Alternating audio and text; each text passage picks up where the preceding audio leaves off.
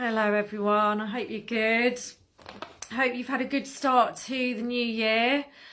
I wasn't planning on doing a live today necessarily, but I've had a few things going around in my mind, and then I saw a post that Brady posted actually. It was sent on to him. I'm not sure where it originated, but it kind of summed up so much of 2021 to me, and I'm sure to a lot of people, so I just wanted to read it out.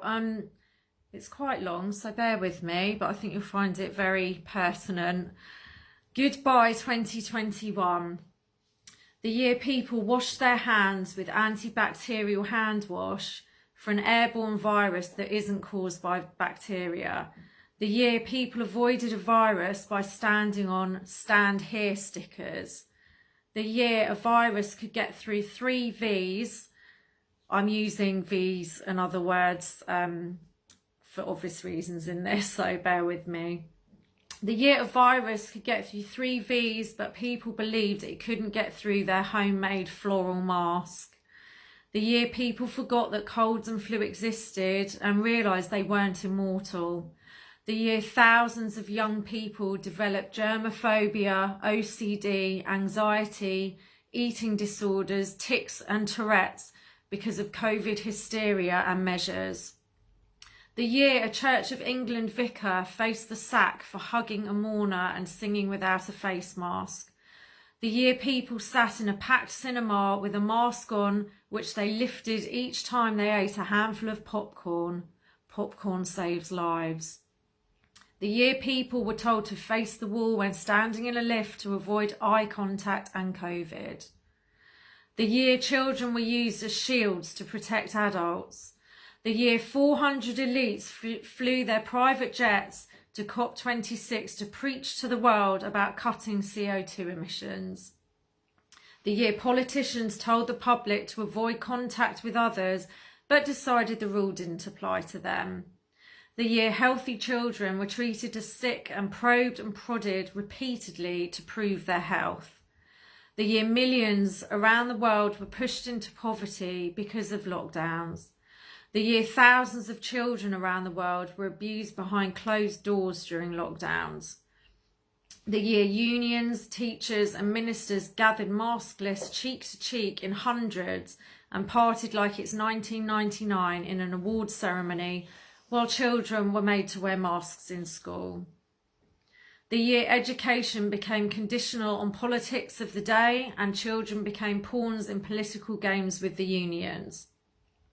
The year perfectly well children were made to isolate in their bedroom wearing a mask with no parental cuddles or kisses for 10 days because they tested positive for a virus with a 99.8% survival rate for which parents had been jabbed. The year the failure of a medical product was blamed on those who didn't take that product. The year thousands of families and friendships were severed because of the polarity of COVID views. The year schools sent emails to parents each time a child tested positive, saying, "Please join me in wishing them well," knowing all too well the child barely had a sniffle and was having a ball attached to devices for 10 days. The year the opposition had to come from within the ruling party. The year government officials jetted off on exotic holidays whilst telling the little people to stay cautious.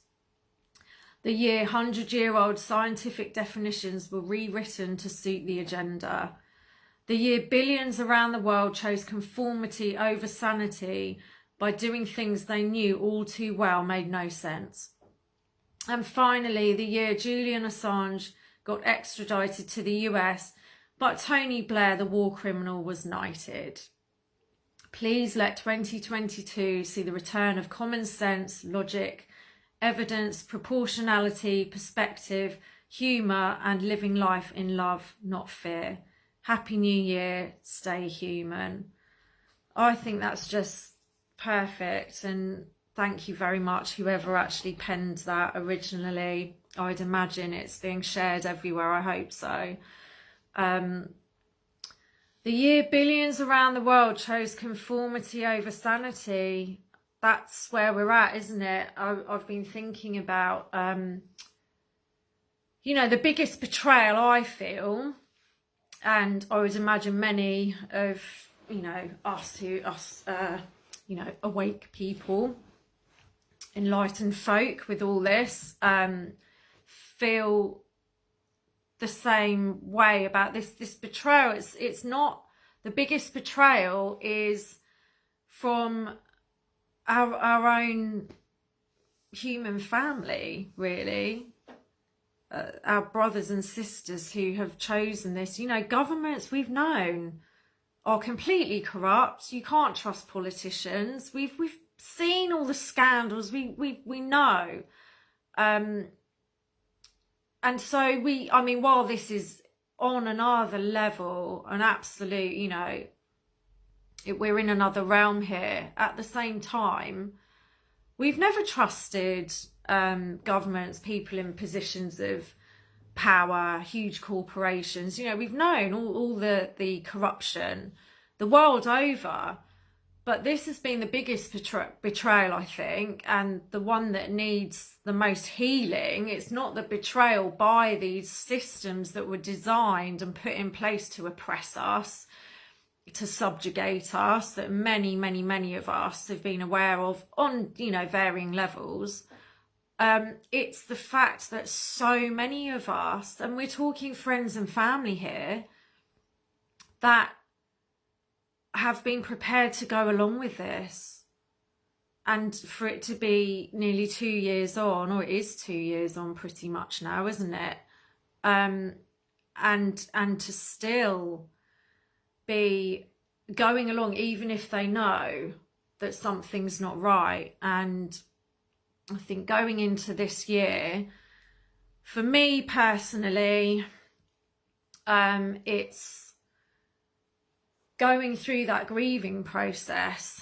You know, it's on a personal level, and it's also for the world, for humanity. We're, you know, the new kind of reality that we talk about is here. There is no going back to what was our normality before. It is gone, because these systems that we've been conditioned to become completely dependent on were created to make us dependent on them. This, you know, this manic drive to centralize everything, which is ultimately, you know, we're going to be looking at. It won't be long either, I don't think, and it will be the environmental crisis that will probably push it along. Will be like a one world government. You know, it's the new world order that we've been talking about for years. And so, but there's, you know, as much as the systems are corrupt, and a lot of us have had relatively comfortable lives, especially here in the West, you know, myself included, although believe me, it's not been easy for many years. You know, financial situation, living situation, because it's become so tough. But relatively speaking, you know, for many of us, you know, it's been okay. You know, there's still a certain amount of enjoyment to be had. And there were definitely things that I really miss. I really do miss. And a lot of that, there was a kind of naivety in a way, even though I've been awake to all of this kind of stuff for a long time. Still, life was relatively normal, wasn't it? We weren't in anything like we are now, and that's gone. That's been completely stripped away. That kind of innate trust in the goodness of humanity, that's been the really difficult thing for me personally, and I'm sure I'm not alone. It's been really hard to not lose faith in humanity, you know, as a whole. And there is a kind of grieving process, I think, in that. So I think this year for me, and maybe collectively, it is really having to let this all go. so many friends, family members. Yeah, it's really difficult. People that are very close. A lot of us have, sorry, a lot of us are having to deal with that, you know, and it's a new reality. We never thought this was going to happen, that people we've been very, very close to, we suddenly find ourselves with no real common ground anymore, because there's this huge elephant in the room and it cannot be ignored.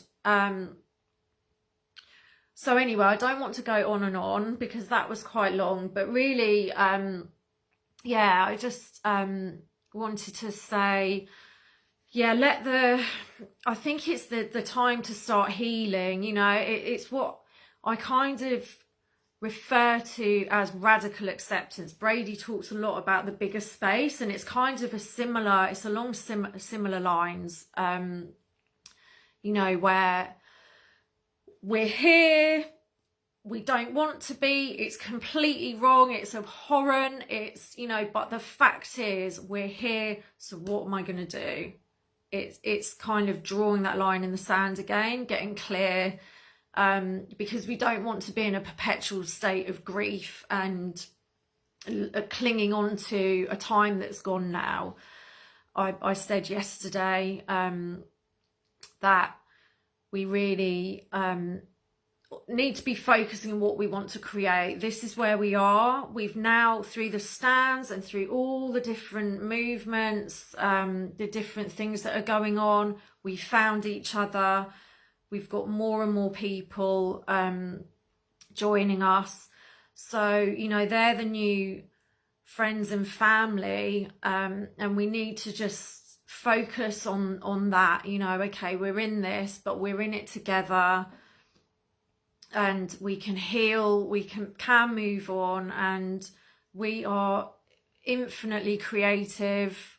We will make something way, way, way better than we ever had before, under the systems that, as I described just a minute ago, were put in place to keep us slaves to the system. We'll create new ones, but yeah, it's quite a thing to really accept where we are, and to keep moving on, and to do it in a way that, you know, our hearts are open and we do feel good about humanity.